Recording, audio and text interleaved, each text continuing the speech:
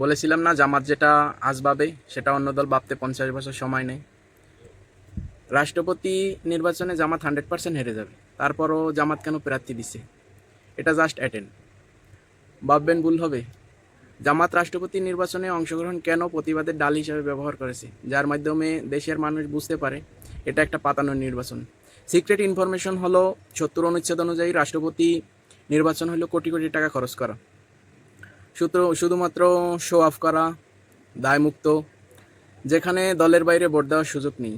যে দলের পার্লামেন্টে সংখ্যাগরিষ্ঠ বেশি তারাই বেশি ভোট পেয়ে রাষ্ট্রপতি হবে। তাহলে এত টাকা ব্যয় রাষ্ট্রপতি নির্বাচন, এই পাতানো খেলাটা কেন? রাষ্ট্রপতি হিসাবে দলের ভিতর থেকে একজনকে নাম ঘোষণা করে দিলেই পারত।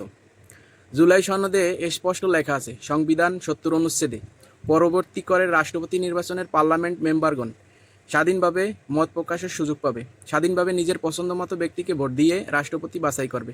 জুলাই সনদ বাস্তবায়ন হইলেই এই নির্বাচন কর্নেল অলি আহমেদ রাষ্ট্রপতি হওয়ার সুযোগ ছিল, কারণ জিয়াউর রহমানের সহযোগী হিসাবে কর্নেল অলি আহমেদ বিএনপির অনেক এমপি মন্ত্রীরাও ভালোবাসে।